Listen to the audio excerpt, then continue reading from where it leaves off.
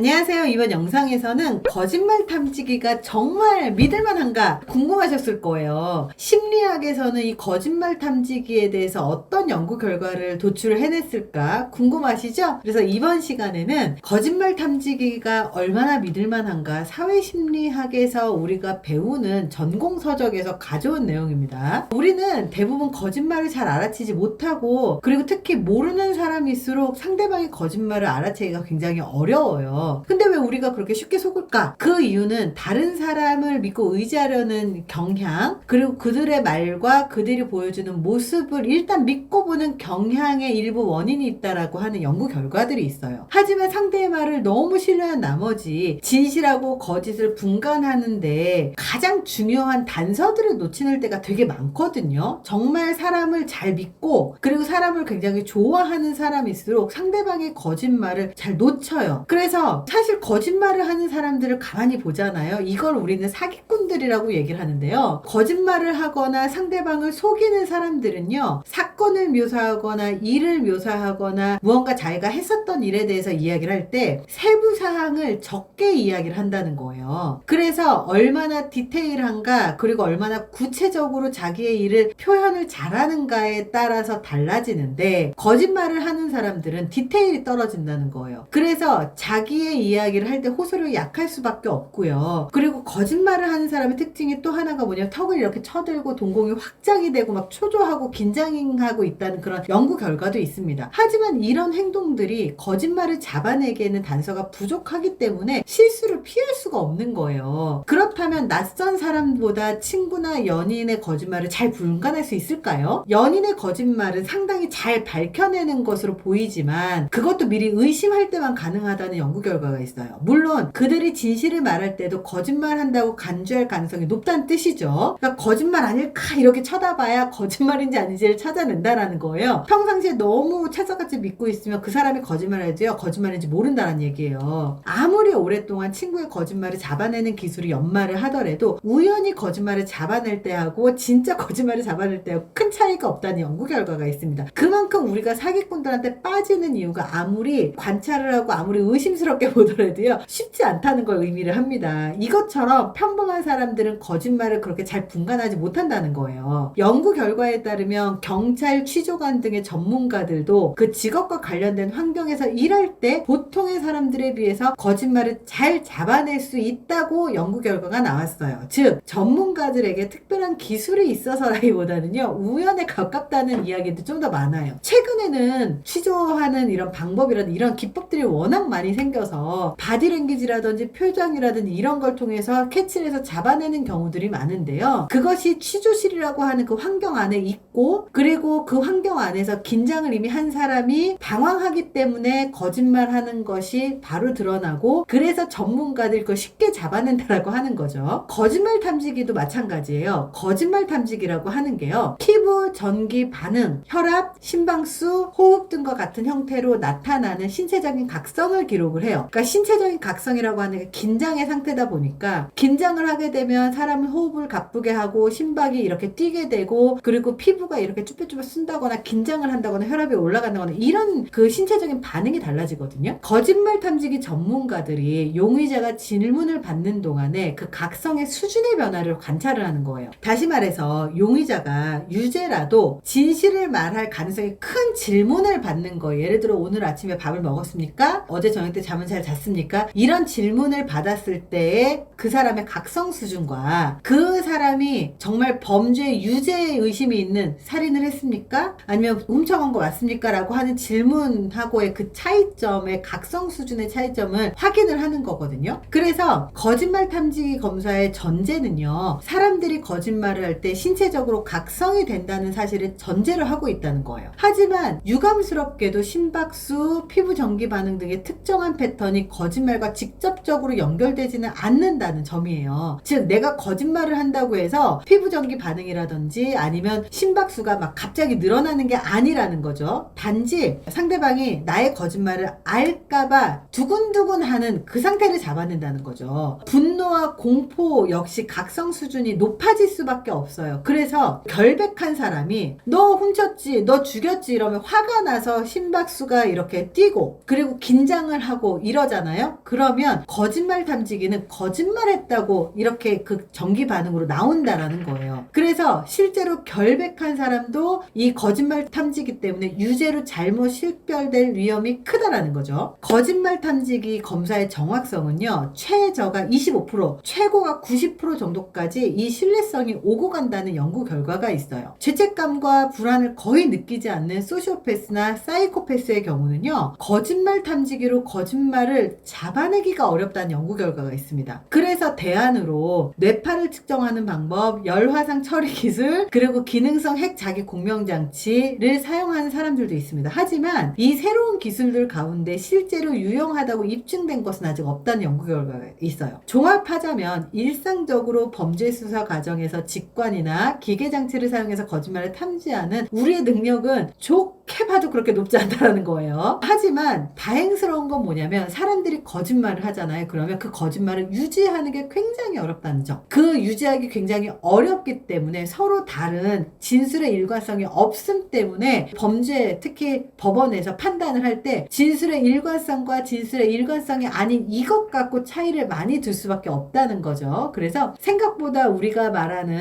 이제 보는 거짓말 탐지기로 그 사람의 거짓말을 알아내는 거는 사실 그렇게 신뢰도가 높지 못하다. 안타까운 점이죠. 자, 이번 영상이 도움이 되셨길 바랍니다. 감사합니다.